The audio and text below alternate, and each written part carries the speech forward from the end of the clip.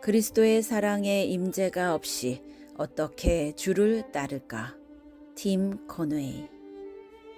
성령을 근심케 하지 않는 모든 크리스찬은 그리스도의 사랑을 어느 정도는 다 경험할 것입니다. 그러나 분명히 아십시오. 당신이 성령을 근심케 한다면 하나님의 사랑을 전혀 경험하지 못할 것입니다. 당신은 메마르고 냉담해질 것입니다. 당신도 알고 있습니다. 성령이 근심하신다면 무언가 죄가 있는 것입니다. 그렇다면 당신은 회개해야 합니다. 죄를 제거해야 합니다. 끝내십시오. 그리스도의 사랑이 우리를 강력한 크리스찬으로 만듭니다. 이것이 우리를 기쁨으로 채웁니다. 이것이 영혼이고 심장입니다. 이것 없는 기독교를 누가 원하겠습니까? 형제 여러분, 첫 번째 웨일즈 영적 대각성을 일으킨 하워드 휴즈의 글입니다. 하나님의 사랑으로 샤워하는 것 같습니다. 그 강한 사랑 때문에 자제가 안 됩니다. 내게는 전혀 두려움이 없으며 구원에 대한 의심이 조금도 없습니다. 형제들이여, 구원의 확신이 부족한 이유는 때로는 이런 것이 원인입니다. 성령이 근심하시기 때문입니다. 조지 휘필드는 말했습니다. 나는 완전하게 사랑받고 있음을 느꼈습니다. 더 이상 바랄 게 없습니다. 조지 휘필드는 말했습니다.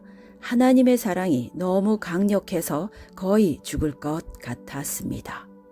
어떤 사람은 제가 유명한 목사님들에 대한 말만 한다고 할 것인데 유명한 목사님들은 기록을 남겼죠. 그래서 그들이 한 말이 남아있는 것입니다.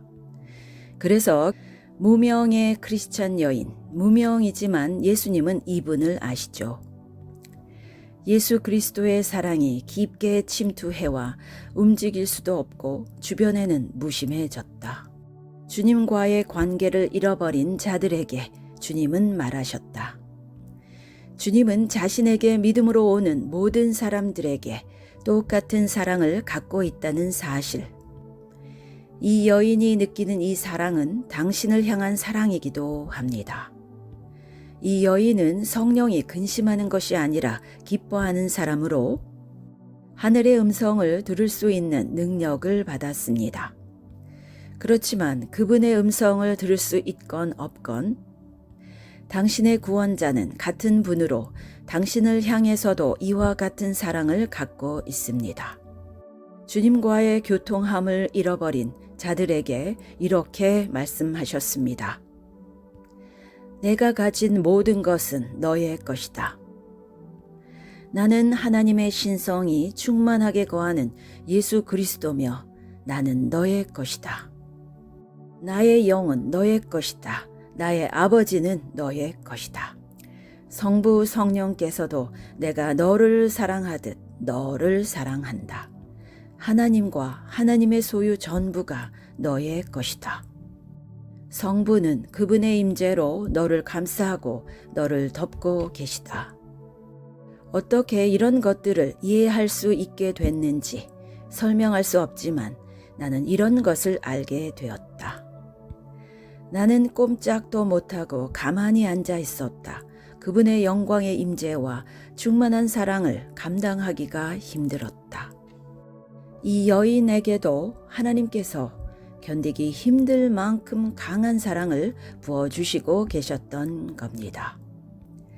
내가 전에 느꼈던 것을 다시 1시간 동안이라도 지속적으로 느낀다면 죽음이 사라져 버리고 영혼이 육체에서 빠져나가 버렸을 것이다. 그토록 따뜻한 사랑. 형제들이여, 이런 사랑이 당신들의 것이라는 것에 의심스럽다면 바울도 에베소서 교인들을 위해 한 기도를 생각해 보십시오. 그는 그들이 하나님의 사랑의 넓이와 길이와 높이와 깊이가 어떠함을 모든 성도와 함께 깨달을 힘이 있게 되기를 기도했습니다. 이런 사랑을 전해주는 성령을 근심하게 하지 마십시오. 회개하십시오. 즉각 오늘 오후 지금 이 시간에 끝내십시오. 당신의 삶에서 성령을 근심하게 하는 것이 있다면 지금 회개하십시오. 철저하게 회개하고 주님을 이렇게 알 수 있도록 전진해 나가십시오.